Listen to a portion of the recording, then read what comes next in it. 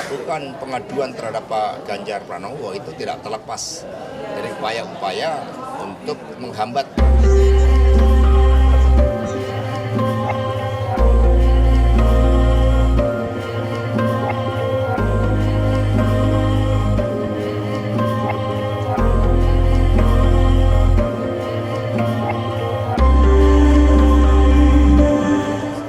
Tidak ada, hanya kami kan memang sering berbicara sebagai suatu proses politik yang sangat penting di DPR.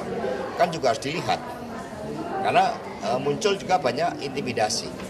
Misalnya apa yang dilakukan pengaduan terhadap Pak Ganjar Pranowo itu tidak terlepas dari upaya-upaya untuk menghambat hak angket tersebut. Jadi banyak jalan terjal yang memang diciptakan karena sebenarnya nggak perlu takut terhadap penggunaan hak DPR ini ketika proses pemilu ini berjalan dengan baik.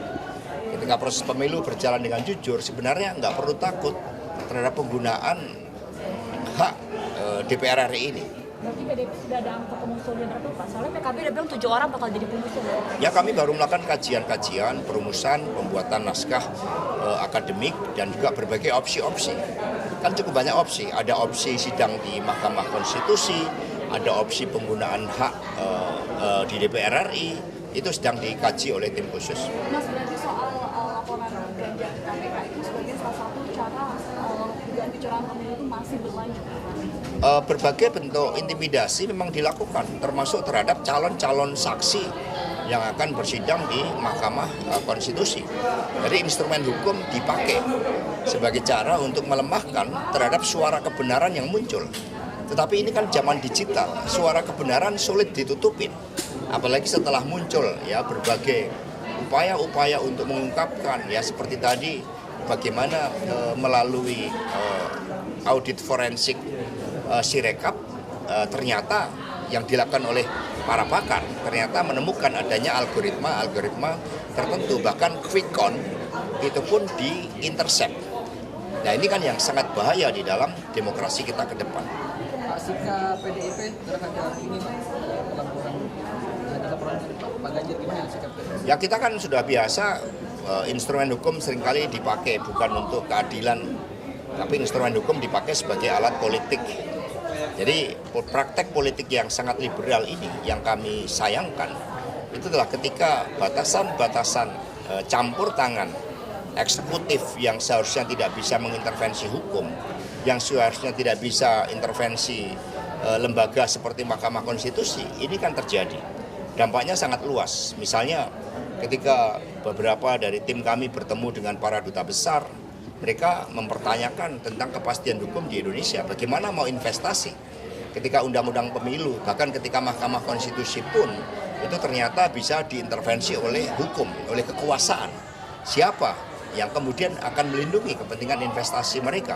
Sehingga ini menciptakan ketidakpastian yang dampaknya sangat luas. Mas, grafik suara di pemilu itu di situsnya KPU, Sirekap itu nggak muncul lagi di websitenya KPU.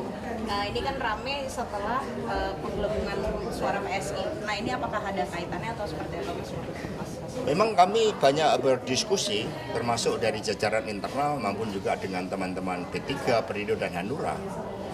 Jadi ini sudah menyangkut persoalan yang sangat serius, menyangkut ketika etika dan moral aja dilanggar, ketika hukum aja dilanggar dalam awal proses pemilu, bagaimana kemudian memastikan suara-suara bisa dijaga, sehingga terjadi upaya-upaya yang menjadi pendukung Pak Ganjar Mahfud itu kemudian mencoba untuk dikerdilkan.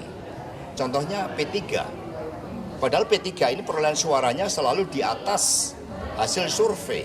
Mengapa? Karena sebarannya yang jauh lebih luas dan tradisi kultural sebagai partai Islam lambang Ka'bah sangat kuat.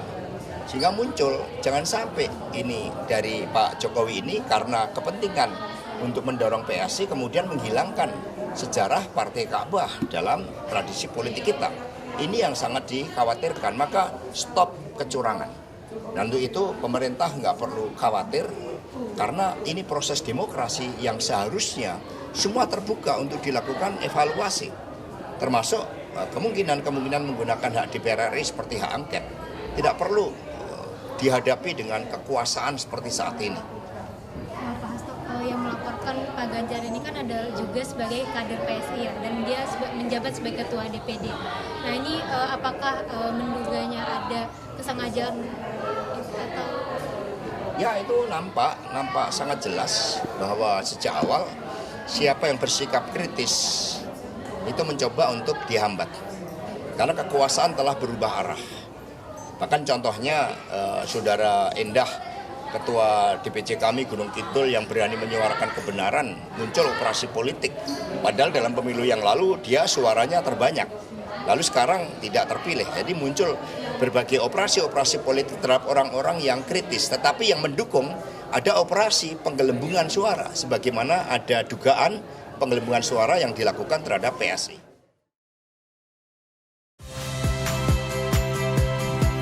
Saya Cynthia Rompas. Saksikan program-program Kompas TV melalui siaran digital, pay TV, dan media streaming lainnya. Kompas TV, independen, terpercaya.